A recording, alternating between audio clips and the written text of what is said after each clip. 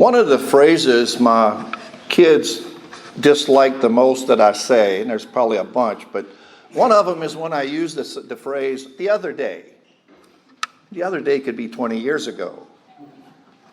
So we're going to start out with this. Back when I was working in the oil field, I was working in a fabrication shop. And in that shop, they came up with this safety program for us. And it was a thing that the crew in the shop we were kind of responsible for our own safety and stuff like this. And it had an observation program where you could take time out of your day, stop working, and go and watch someone else work and observe what they do. And they had an observation book that you would fill out while you was observing them.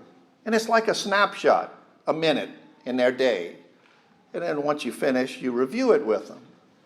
Well, I remember this one time that I did this. I took my observation book and I went to watch this guy work.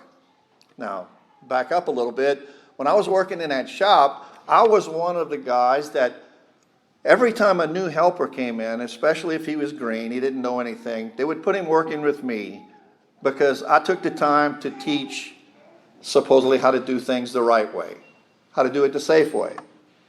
I answered their questions when they had them. Some of the guys didn't do that, but I always had these guys for 2 weeks. So this guy had worked with me. So after I watched him, I stopped him from working, and that's what you're supposed to do. You stop him, and then you review the observation with him. So we went over the form, and I told him, I said, there is a safer way you can do this, right? There is an easier, safer way you can do this. And I'll never forget his response. Because he looked at me and he says, you know what? He said, if they paid me more, I would work safer. And I was kind of set aside. I mean, it's not hard to do for me, but I looked at it and I said, really? I said, okay. I said, I have a question. I said, how much do they need to pay you to be safe?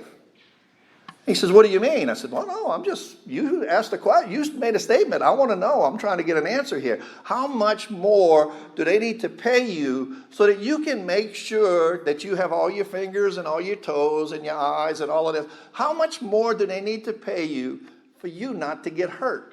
And he said, I don't understand what you mean. I said, gosh, I said, I work safe every day, not because they pay me. Partially because I'm not going to make enough today. I'm going to have to come back tomorrow. And I am allergic to pain. I don't want to come back hurt. So I have to work safe. And he says, well, really, he says, if they paid me more, I would care more about my job. Really? Well, how much do they have to pay you to care about your job? How much do they have to pay you to take pride in your work? Right? How much do they have to pay you to do your job to the best of your ability? What does money have to do with that? You see, but the problem is that sometimes we separate the things in our life by the reward or the punishment. We separate that by well, am I going to get something for this, or am I don't work safe because I just didn't want to get hurt because I needed to keep on working, right? And this guy, I don't know what was going on in his mind, but I just let you know, he never let me do another observation. He didn't like my philosophy, right? But how do we do this, right? Do we separate everything in our life by the reward or the punishment? You see, in the first reading, it tells us that he says, we can choose to follow the commandments or not. And it says that if we choose to follow the commandments, it'll save us. The reward is heaven. So what is it telling us? If we choose not to follow the commandments, is there hell to pay? So what is the readings today trying to tell us, right? Okay, if we decide to follow God, we will reap the rewards of being a good Christian, a good Catholic. But if we go off on our own, we're off on our own. You see, we have a God who loves us so much that he is willing to allow us to do our own thing. But when we go out and we do our own thing, and we don't decide, we decide that I'm not going to follow God, I'm not going to obey the commandments, I'm not going to do this, when those bad things happen in our life, and you know those people, why does God let this happen? Because you chose not to follow him. You know, sometimes bad things happen to good people, and sometimes it's life. Life gets in the way. But why is it when we decide that we don't want to do something, that we blame it on the ones that we decided not to follow? So I'm going to back up a little bit, because in John's gospel, and I know we read from Matthew today, but in John's gospel, in the beginning of John's gospel, it says that the Word became, it says that in the beginning was the Word. And the Word was with God, and the Word was God. And the Word became flesh. In the beginning of Genesis, it says that when God spoke, things happened. He said, "Let there be light," and there was light. He said, "Let the water and the fish and all of those things," and everything he spoke, it happened. And remember what John said. The Word that was in the beginning became flesh, Jesus Christ. So in this gospel, when Jesus Christ is talking to us, he talks with the authority of God, because he is God. You see, and he's explaining to us what the commandments are saying, not so much to the letter of the law, but to the spirit of the law. And the spirit of the Ten Commandments can be based on saying one word: love. How much of a person of love am I? God is love. Do I follow God? Do I love the way God loves? Do I listen to what God says? Do people see him in me when they see me on the street? See, Jesus tells us that, well, you know, you've heard that if you kill, you'll be liable to judgment. But he said if you're angry with someone, so he kind of ups the ante. You know what I'm saying about this? I spoke to somebody, I guess about a week ago, and I was preparing this, and I said, you know, as much as I drive, I'm glad that Jesus Christ was not a state trooper. You know, because I'm doing 70, and he pulls me over and says, well, you know what? I really like 68, so I'm going to write you a ticket. But it's not that way. You see, he's talking about the spirit of the law, right? So I'm going to give you an example of the spirit, right? So if the speed limit on your street is 35 miles an hour, and you're coming up your street and there is no one on the street, so you decide to do 40. You're breaking the law, right? Because the marked speed limit is, but is it unsafe? Did you really break the spirit of the law? Because the spirit is to make us drive safely. Now, if there's a cop on the street, a deputy or whatever, you're going to get a ticket. You see, because freedom is not free. You see, what we choose, we either choose the reward or we choose the punishment. We choose the cost of our decision. You see, when we do something or when we're angry with someone, Jesus is telling us there is no love within us. When anger takes over, we can't see the love of someone else.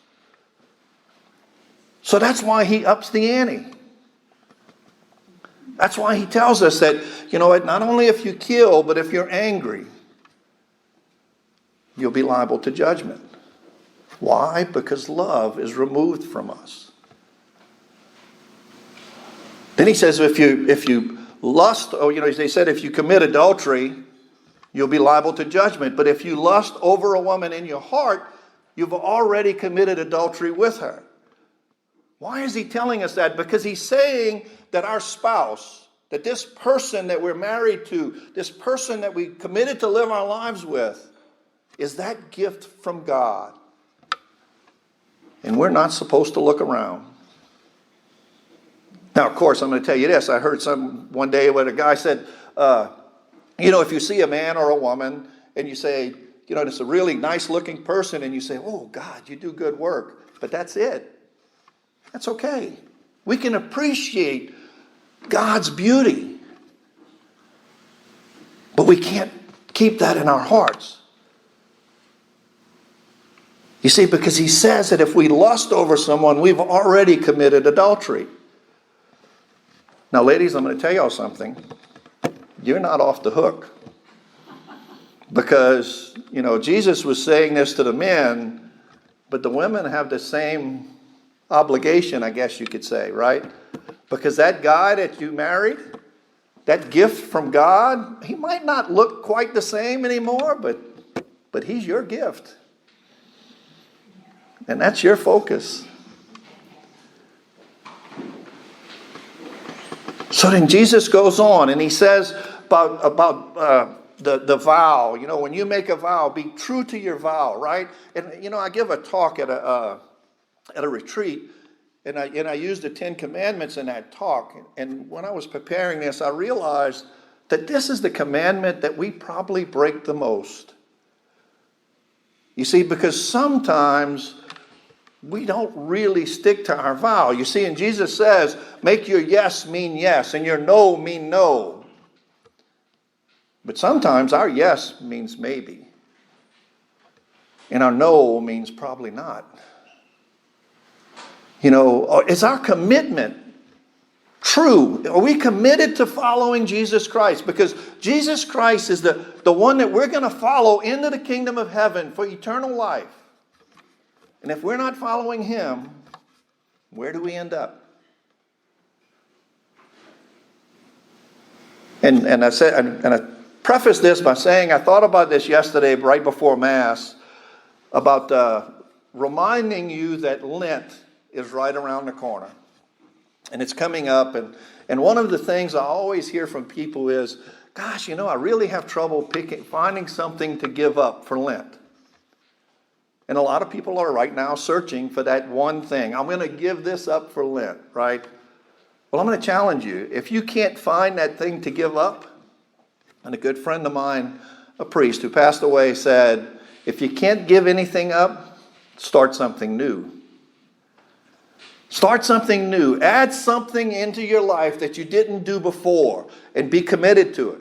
Do it every day. You see, because our lives are so full, to start something new, we have to give up something old. We can't just add something in, right? The little secret is, you don't have to wait till Lent starts to begin. You can begin today.